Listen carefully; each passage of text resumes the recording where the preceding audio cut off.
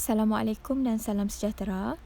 Okey, hari ini saya akan mengajar tentang puisi moden, iaitu sajak yang bertajuk Roti, karya Ahmad Syahrul Wahid. Okey, pertama sekali, sajak merupakan puisi Melayu moden yang berbentuk karangan berangkap, berbentuk bebas dan tidak terikat pada jumlah baris, perkataan sebaris, suku kata sebaris, rangkap dan rima akhir.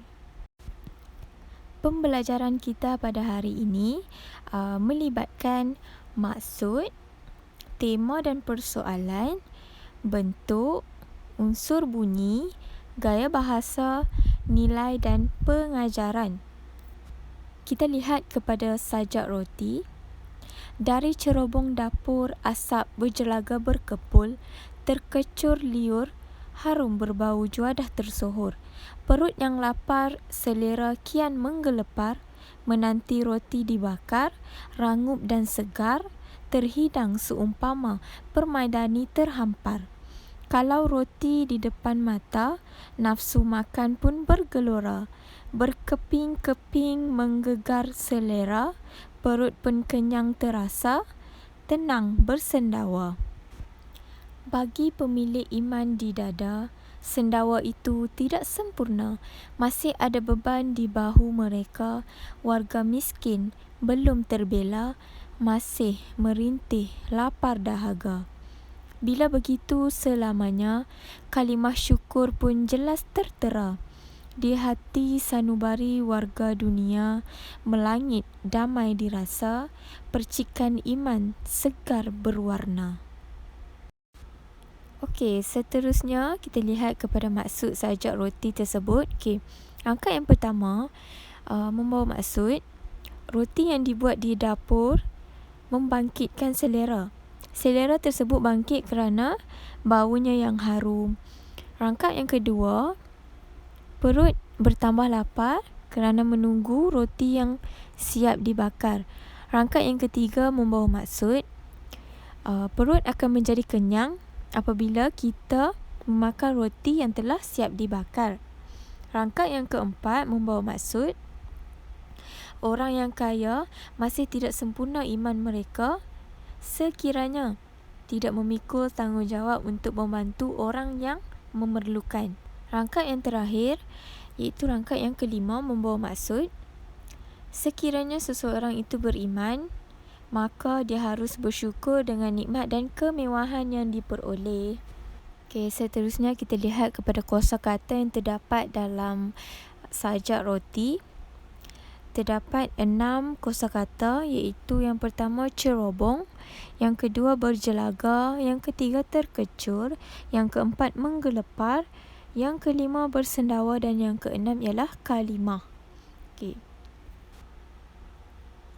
Seterusnya kita beranjak kepada tema dan persoalan sajak roti.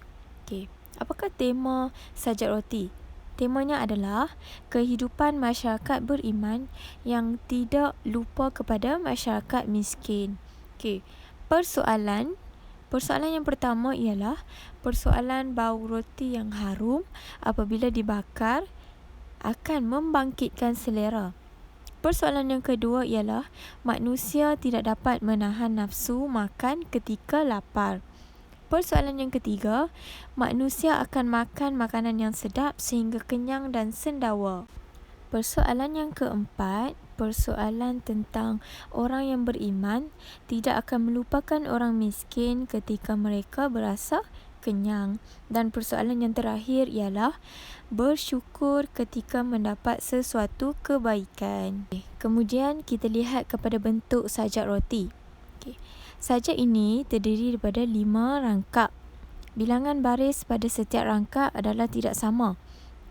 Rangkap yang pertama mempunyai 4 baris, manakala rangkap yang kedua, rangkap ketiga, rangkap keempat dan rangkap kelima mempunyai 5 baris. Jumlah suku kata dalam sajak ini adalah antara 2 hingga 6 patah perkataan. Dan sajak ini adalah berbentuk bebas. Seterusnya kita lihat kepada unsur bunyi dan gaya bahasa yang terdapat dalam sajak roti. Unsur bunyi yang pertama ialah asonansi. Contohnya, selera kian menggelepar, iaitu pengulangan vokal A. Unsur bunyi yang kedua ialah aliterasi. Contohnya, bila begitu selamanya, iaitu pengulangan konsonan B. Seterusnya, kita lihat kepada gaya bahasa. Gaya bahasa yang pertama ialah hyperbola. Sebagai contoh, nafsu makan pun bergelora. Gaya bahasa yang kedua ialah inversi. Contohnya, harum berbau juadah tersohor. Gaya bahasa yang ketiga ialah metafora. Sebagai contoh, percikan iman. Dan gaya bahasa yang terakhir ialah simili. Contohnya, terhidang seumpama permaidani terhampar. Yang terakhir sekali, kita lihat kepada nilai dan pengajaran yang terdapat dalam sajak roti. Apakah nilai yang terdapat dalam sajak roti? Nilai yang pertama ialah nilai kesabaran, nilai kesyukuran dan nilai keimanan. Manakala pengajaran yang terdapat dalam sajak roti ialah kita hendaklah bersabar ketika menunggu untuk mendapatkan sesuatu. Pengajaran yang kedua, kita mestilah bersyukur dengan nikmat kurniaan Tuhan. Dan yang terakhir, kita haruslah melatih diri agar menjadi orang yang beriman.